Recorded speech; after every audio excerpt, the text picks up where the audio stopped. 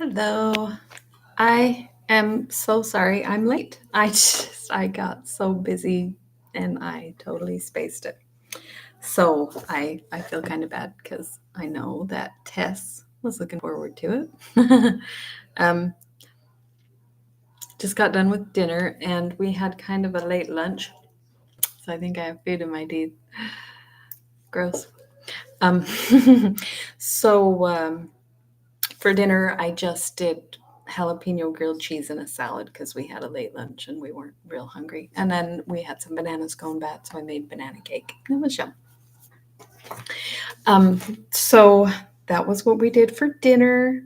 Super good. I was gonna show some of the stuff that I've made, but when I realized that I was past my time, I thought, oh my goodness, and I ran in here and I didn't grab anything to show off. So we'll just do this. We'll just jump right in and we'll start reading. So we are at chapter 7. And just a little recap of chapter 6. So Kit and her cousin Judith and Mercy were talking, and so apparently Judith liked the William guy, and she thought that he was going to court her and she was going to marry him. And he's only seen Kit at the meeting house for just a little, like he's never really talked to her. But he already asked her uncle if he could come calling, which in those days is like saying, "Hey, I want to court her to marry her." Right? That's why they courted. So it's kind of a big deal when a man asks if he can court a woman. And so Kit feels terrible because Judith was saying she wanted to marry her, but Judith is like, well, I don't even care because I want to marry, for heaven's sake, what's his name? The preacher guy that was on the boat with Kit. She decided she's going to marry him instead. So that's where we're at. Chapter 7. I feel like my throat's a little bit. Okay. What on earth could she think of to say next? Kit wondered in desperation.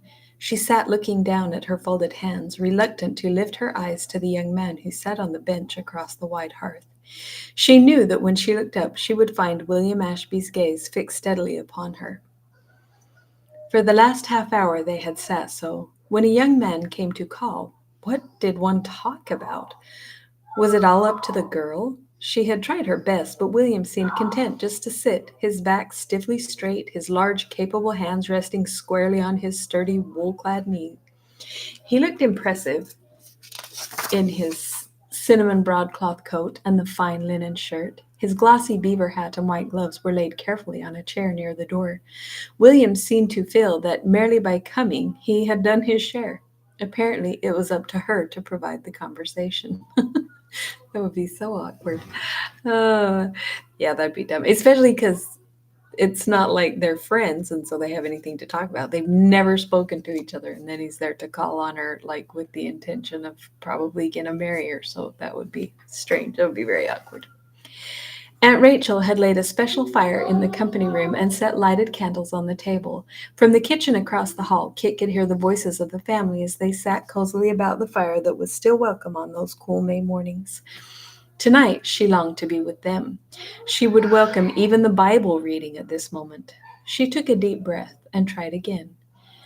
Is it always so chilly in New England, even in May? William considered this.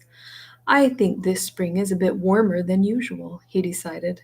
As though in answer to her urgent prayer for relief, a knock sounded on the outside door, and as Aunt Rachel went to answer, Kit heard John Holbrook's voice. Her aunt welcomed him cordially. That's his name, John Holbrook, the preacher guy. That's who Judith decided she's going to marry. Her aunt welcomed him cordially and in a few moments put her head in at the parlor door, her understanding glance taking in the two silent young people. Why don't you both come and join us? She suggested. John Holbrook has come to call, and we can pop some corn for a treat. Bless Aunt Rachel. Over a handful of fluffy white kernels, William relaxed a trifle. There was something irresistible about popcorn. John, his pale cheeks flushed with the heat, managed the long shaker with a practiced hand. Judith blossomed suddenly in the firelight, and her laughter was infectious. Mercy's eyes were shining with pleasure. Rachel, with the ghost of the charm she must once have possessed, succeeded in drawing William, if not actually into the circle, at least to its warm circumference. Even Matthew unbent enough to ask courteously, "Does your father have all his field sown?" "Yes, sir," replied William. "Notice he's cutting some trees up Vexation way." "Yes, I'm planning to build my house come autumn. We have marked some good white oak for the clapboards." Kit stared at him. William had not spoken so many words all the evening. Aunt Rachel encouraged him. "My husband tells me you have been appointed a viewer of fences," she smiled. "That is a fine honor for so young a man." "Thank you, ma'am." "With all the new land grants I've been hearing of, that will be an important duty," added Mercy helpfully. "Yes," agreed William. "The Assembly has voted that there should be no unclaimed land left in all Hartford County." "A wise move," put in Matthew. "Why should we leave land for the king's governor to grant to his favorites?" William turned to the older man respectfully. "Are you not afraid, sir," he asked, "that we are likely to anger the king the more by such hasty actions?" "Are you so afraid to anger the king?" scoffed Matthew. "No, sir, but we cannot hope to hold out against him. If we submit to his governor now, without a struggle, are we not more likely to retain for ourselves some rights and privileges? By provoking his anger, we may lose them all." Kit could scarcely believe her ears. William Ashby was neither speechless nor dim-witted. He even dared to stand up to her uncle. With new respect, she moved to pass him the wooden bowl of popcorn, and to it she added a smile that caused him to lapse again into scarlet-faced silence. Matthew Wood did not notice the interruption. "Surrender our charter and we lose all," he thundered. "That charter was given to Connecticut by King Charles 25 years ago. It guarantees every right and privilege we have earned, the very ground we stand on, and the laws we have made for ourselves. King James has no right to go back on his brother's pledge. What do you say, Master Holbrook, or has your teacher poisoned your mind as well?" "I believe we should keep the charter, sir." John's eyes were on the fire, and his voice sounded troubled. "But Dr. Bulkeley says that Connecticut has misinterpreted the charter. His knowledge of the law is so wide. He says that justice is not always served by our courts, and—" "Bah!" Matthew Wood pushed back his chair and rose to his feet. "Justice! What do you young men know about rights and justice? A soft life is all you have ever known. Have you felled the trees in a wilderness and built a home with your bare hands? Have you fought off the wolves and the Indians? Have you frozen and starved through a single winter? The men who made this town understood justice. They knew better than to look for it in the king's favor. The only rights worth all that toil and sacrifice are the rights of free men, free and equal under God to decide their own justice. You'll learn, mark my words, someday you'll learn to your sorrow." He stumped off up the stairs without a good night. Oh dear, could there ever be a pleasant moment without this senseless argument? After Matthew's departure, the conversation never really righted itself. You can imagine. That would be an uncomfortable conversation to sit there in the middle of. Hmm. Kit jumped at the square clock in the corner. Oh, Kit jumped as the square clock in the corner twanged 8 o'clock. Only 1 hour. It seemed like the longest evening she had ever lived through. William rose deliberately to his feet. "Thank you for your hospitality, Mistress Wood," he said politely. John looked up, startled that the time had passed so quickly, and followed William's example. As the door shut behind their backs, a long sigh escaped Kit. "Well, that's over with," she exclaimed. "At least we won't have to go through it again." "Not till next Saturday night, at least," laughed Mercy. Kit shook her head positively. "He'll never come again," she said. Was she altogether relieved at the thought? "Why, whatever makes you say that, child?" asked Rachel, busily raking up the fire. "Couldn't you see? He hardly spoke a word to me. And then Uncle Matthew—" "Oh, they all know about father," Judith dismissed the quarrel airily. "William said he was starting to build his house, didn't he? What more could you want him to say?" "He just happened to mention that." "William Ashby never just happened to mention anything in his life," said Judith. "He knew exactly what he was saying." I can't see why just building a house. Don't you know anything, Kit? Scoffed Judith. William's father gave him that land 3 years ago, on his 16th birthday, and William said that he would never start to build his house until his mind was made up. That's ridiculous, Judith. He couldn't mean anything such so soon. Could he, Mercy? I am afraid he could. Mercy smiled at her cousin's confusion. I agree that William was telling all of us, you most of all, that his mind is made up. Whether you like it or not, Kit, William is going to come courting. But I don't want him to. Kit was close to panic. I don't want him to come at all. We can't even talk to each other. Seems to me you're pretty choosy, snapped Judith. Don't you know William is able to build the finest house in Weathersfield if he wants to? Does he have to keep you amused as well? Rachel put a reassuring hand on Kit's shoulder. The girls are only teasing you, Catherine, she said gently. Then you don't think. Yes, I do think William is serious. But you don't need to be worried, dear. No one is going to hurry you, least of all William himself. He is a very fine young man. Of course you feel like strangers now, but I think you'll find sufficient to talk about before long. But would they? Kit wondered, climbing the stairs to bed. Her doubts persisted through the week. A second Saturday passed, a third, and a fourth, and William's calls fell into a pattern. I shall ask Mercy to teach me to knit, Kit decided after the second Saturday, and thereafter she armed herself with wool and needles. At least they kept her hands occupied and gave her an excuse for not meeting that implacable gaze. William seemed to find nothing lacking in those evenings. For him, it was enough simply to sit across the room and look at her. That would be so dumb. You imagine sitting there while he just sits across the room and stares at you.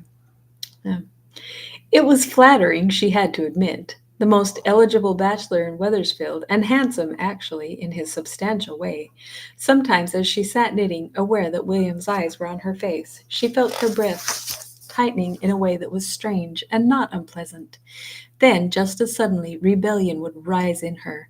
He was so sure. Without even asking, he was reckoning on her as deliberately as he calculated his growing pile of lumber.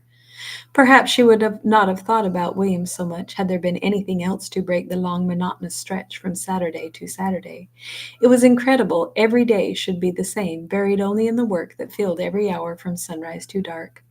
Surely it seemed there must come a moment when all the tasks would be done and some brief leisure earned. Yet always a new chore loomed ahead. A shearing had brought a veritable mountain of gray wool to be washed and bleached and dyed, enough to keep Mercy carding and spinning and weaving for the next 12 months. There was water to draw and linen to scrub, and everlastingly the endless row of vegetables to weed and hoe. Kit had not found a single one of those tasks to her liking. You can imagine. She's never done any work in her life. She probably wasn't enjoying any of this. Her hands were unskilled, not so much from inability as from the rebellion that stiffened her fingers. She was Catherine Tyler. She had not been reared to do the work of slaves, and William Ashby was the only person in Weathersfield who did not expect her to be useful, who demanded nothing, and offered his steady admiration as proof that she was still of some worth. No wonder that she found herself looking forward to Saturday evening. Okay, that's the end of chapter 7, and I might just go ahead and read chapter 8. We'll just do it 2 chapters tonight. Chapter 8. The onion field in the south meadow needs weeding, announced Matthew one morning in early June. If Judith and Catherine can be spared, they can spend the morning at it. The 2 girls, who set out soon after breakfast, did not provide such a contrast as on meeting day. Scandalized to see Kit wearing out her finery with scrubbing and cooking, Rachel and Mercy had made her a calico dress exactly the same as Judith's. It was coarse woven and simply made, without so much as a single bow for trimming, but it was certainly far more suited to the menial work she had to do in it. Beyond a doubt, too, it had made for an easier relationship with her cousin. This morning Judith seemed almost friendly. "What a wonderful day!" she exclaimed. "Aren't you glad we don't have to stay inside, Kit?" Kit felt quite cheerful. It really was a wonderful day, with a bright blue sky and the fields and woods all in soft green. The roadways were bordered with daisies and buttercups, pale and thin, of course compared to the brilliant masses of color in Barbados, but pretty all the same, and for the first time since she had come to Weathersfield, she did not feel chilly. The girls passed the meeting house, turned down Short Street, and went on down the pathway that was known as the South Road. The great meadow, Judith explained, was the grassy land that lay within the wide loop of the river. No one lives there, Judith told her, because in the spring the river floods over and sometimes the fields are completely covered. After the water goes down, we can use the land. 'Tis good rich soil, and every landowner has a lot for pasture or garden. Father is entitled to a bigger lot, but he has no one to help him. As they came around the shelter of the trees and the great meadows stretched before them, Kit caught for a breath. She had not expected anything like this. From that first moment, in a way she could never explain, the meadows claimed her and made her their own. I've been that way when you come around a corner, you're doing something, and you see something that's so beautiful that you feel a connection to that place for the rest of your life, like you never forget. As far as she could see, they stretched on either side, a great level sea of green, broken here and there by a solitary, graceful elm. Was it the fields of sugar cane they brought to mind, or the endless reach of the ocean to meet the sky, or was it simply the sense of freedom and space and light that spoke to her of home? If only I could be here alone, without Judith or anyone, she thought with longing. Some day I'm going to come back to this place, when there is time just to stand still and look at it. How often she would come back she had no way of foreseeing, nor could she know that never in the months to come would the meadows break the promise they held for her at this moment, a promise of peace and quietness and of comfort for a troubled heart. "What are you looking at?" demanded Judith, turning back impatiently. "Father's field is farther on." "I was wondering about that little house," said Kit, by way of excuse. "I thought you said no one lived down here." Far over to the right, at the edge of a marshy pond, a wisp of smoke curled gently from a lopsided chimney. Beyond the little shack something moved. Was it a shadow or a slight stooped figure? "Oh, that's the Widow Tupper." Judith's voice was edged with contempt. "Nobody but Hannah Tupper would live there by Blackbird Pond, right at the edge of the swamp, but she likes it. They can't persuade her to leave." "What if the river floods?" "It did, 4 years ago, and her house was covered right over. No one knows where she hid, but when the water went down, there she was again. She cleaned out the mud and went right on as though nothing had happened. She's been there as long as I can remember." "All alone? With her cats? There's always a cat or so around. People say she's a witch." "Do you believe in witches, Judith?" "Maybe not," said Judith doubtfully. "All the same, it gives me a creepy feeling to look at her. She's queer, that's certain, and she never comes to meeting. I'd just rather not get any closer." Kit looked back at the gray figure bent over a kettle, stirring something with a long stick. Her spine prickled. It might be only soap, of course. She'd stirred a kettle herself just yesterday. Goodness knows her arms still ached from it. But that lonely figure in the ragged flapping shawl, it was easy enough to imagine any sort of mysterious brew in that pot. She quickened her step to catch up with Judith. The long rows of onions looked endless, their sharp green shoots already half hidden by encroaching weeds. Judith plumped matter-of-factly to her knees and began to pull vigorously. Kit could never get over her amazement at her cousin. Judith, so proud and uppity, so vain of the curls that fell just so on her shoulder, so finicky about the snowy linen collar that was the only vanity allowed her, kneeling in the dirt, doing work that a high-class slave in Barbados would rebel at. What a strange country this was. "Well, what are you standing there for?" Judith demanded. "Father says we have to do 3 rows before we can go home for dinner." Kit lowered herself gingerly and gathered a half-hearted handful. At the second tug, an onion shoot came, too, and glancing to see if Judith had noticed, she guiltily thrust the tiny root back into the earth and patted it firm. Bother the things, she would have to keep her mind on them. All at once, tears of self-pity brimmed her eyes. What was she doing here, anyway? Sir Francis Tyler's granddaughter, squatting in an onion patch. She jerked at the weeds. If she should marry William Ashby, would he expect her to weed his vegetables for him? Her hands stopped moving at all while she considered this. No, she was quite certain he never would. Did it seem likely that his mother, who sat so elegantly in meeting, had ever touched a chokeweed? There were no blisters under those soft gloves, Kit wagered. She knew by now that the humble folk who sat in the very back of the meeting house were servants of the fine families at Wethersfield. William would own servants himself, beyond a doubt. She wiped a grimy hand across her eyes. Perhaps she could endure this work for a time if the future offered an escape. A more immediate escape offered itself that very noontime. The two girls returned home to find Mercy brimming with excitement, her gray eyes sparkling. The most wonderful thing, Kit. Dr. Bulkley has recommended to the selectmen that you help me with the school this summer. A school? Echoed Kit. Do you teach a school, Mercy? Just the dame school for the young children. In the summer months. With you to help me, I can take more pupils. What do you teach them? Their letters, and to read and write their names. They can't go to grammar school, you know, till they can read, and many of their parents can't teach them. Where is this school?